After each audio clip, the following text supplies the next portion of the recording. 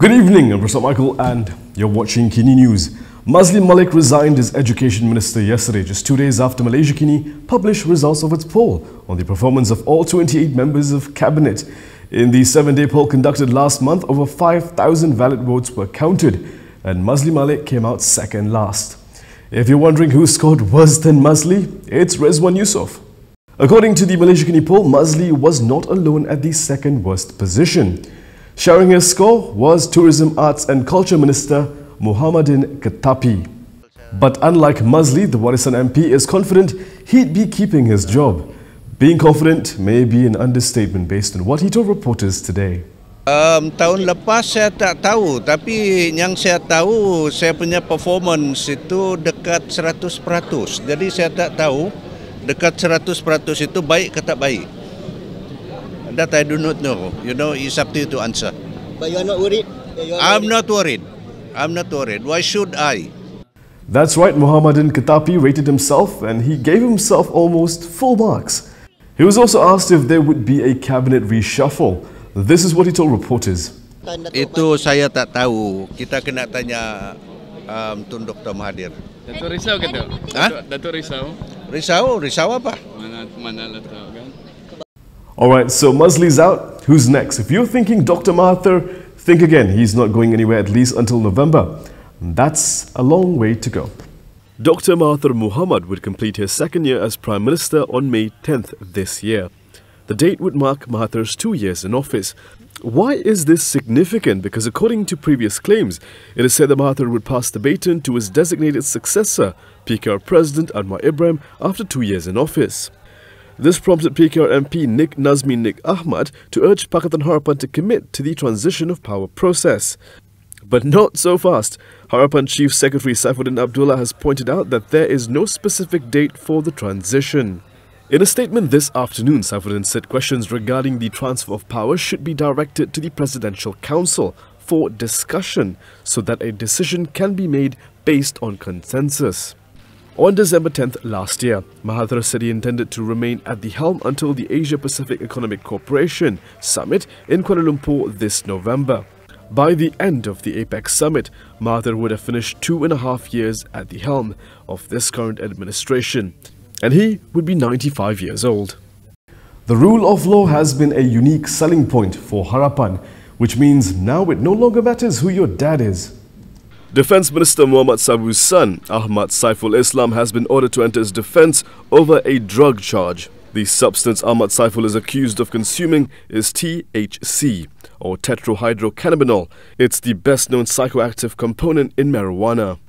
He was accused of committing the offence involving the substance at an entertainment centre at Hotel W in the nation's capital at around 2:05 a.m. on January 5th last year. The Kuala Lumpur Magistrates Court today made the ruling as the accused stood calmly in the dock in a packed courtroom this morning. Magistrate Muhammad Aizat Abdul Rahim said the prosecution succeeded in proving a prima facie case against Ahmad Saiful. Aizat noted that the testimony from the total 6 prosecution witnesses in the course of the trial showed there had been no break in chain of evidence from the time that the accused was arrested, among others. Ahmad Saiful Islam and his counsel Nasser Khan were then seen conferring with each other before the lawyer turned to the magistrate and informed that the accused opted to give a sworn statement from the witness stand. The court then set February 13th for the first day of Ahmad Saiful's defence stage of his trial. After proceedings, the accused, who was previously granted bail for 3,000 ringgit with one surety, was then seen leaving the court while in discussion with Nasser. Being the administration's first political casualty, understandably Maszlee Malik may not be feeling so great right now. Perhaps this is why those still at the ministry have offered a few words of advice. Deputy Education Minister Theoni Ching wrote a heartfelt message to bid goodbye to Maszlee Malik, who resigned as Education Minister yesterday. She quoted famous Indonesian philosopher Hamka's advice, quote, "Do not be afraid of falling." According to Theo, she had learned a lot from Maszlee during their time working together and expressed her appreciation for his guidance. She also put in some good words on Maszlee's character, saying the Simpang Rungam MP was someone who had a strong will while helming the ministry.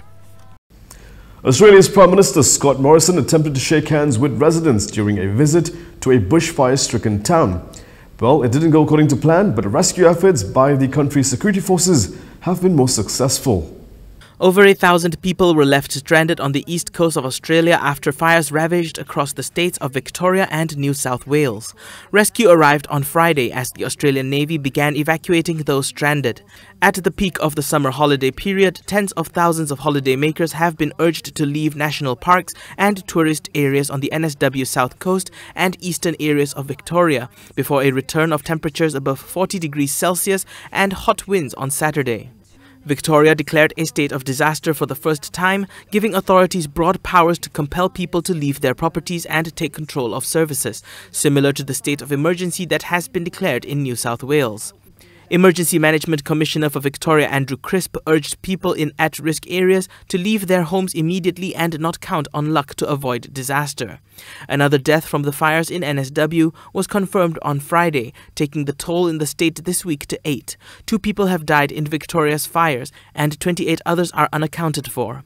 The Navy's HMAS Chulas and Sycamore started the evacuations of around 1,000 of the 4,000 people stranded on a beach in the isolated town of Malakuta in Far East Victoria, Federal Member of Parliament Darren Chester tweeted on Friday morning. With all of the roads blocked, sea transport and some airlifts are the only way out of the stricken town. Prime Minister Scott Morrison had called for calm on Thursday before visiting the fire-devastated NSW town of Cobargo, where he was not particularly welcome. I'm only shaking your hand if you give more funding to our RFS.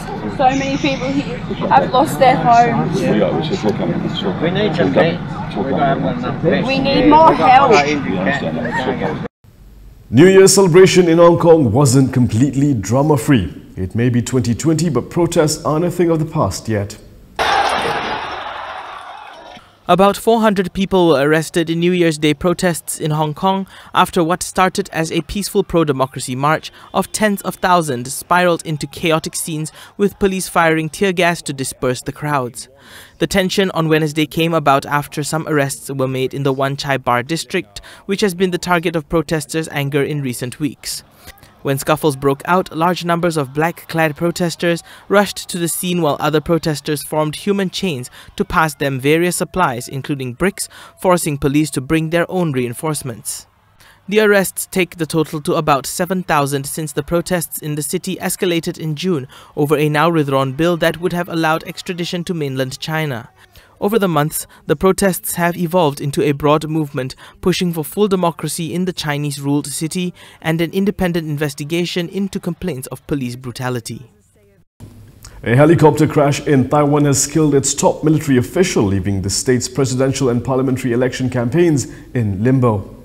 Air Force General Shen Yiming, the top military official of Taiwan, was killed on Thursday in a helicopter crash.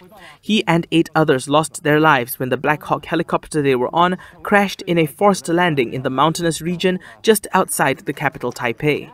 Emergency authorities rushed to the scene, working quickly to cut through the mangled wreckage in hope of finding the survivors. According to reports, the helicopter blades were shattered.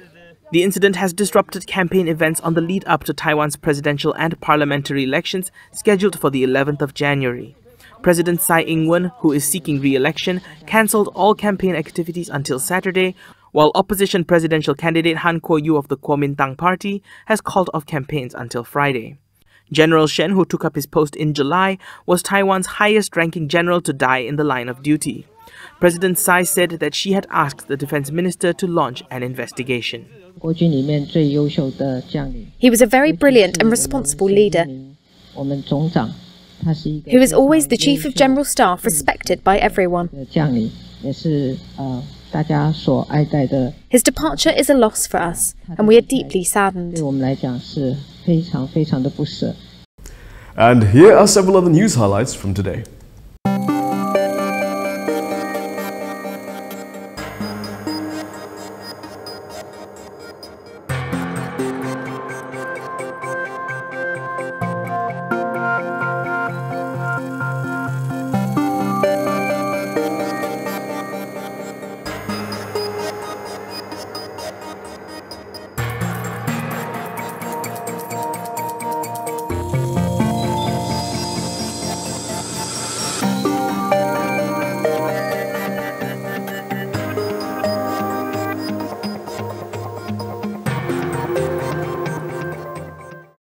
And that is all from me today. For more stories, go to KiniTV.com. You can also follow us on Instagram, Twitter, YouTube and Facebook for the latest news updates. I'm Prasad Michael.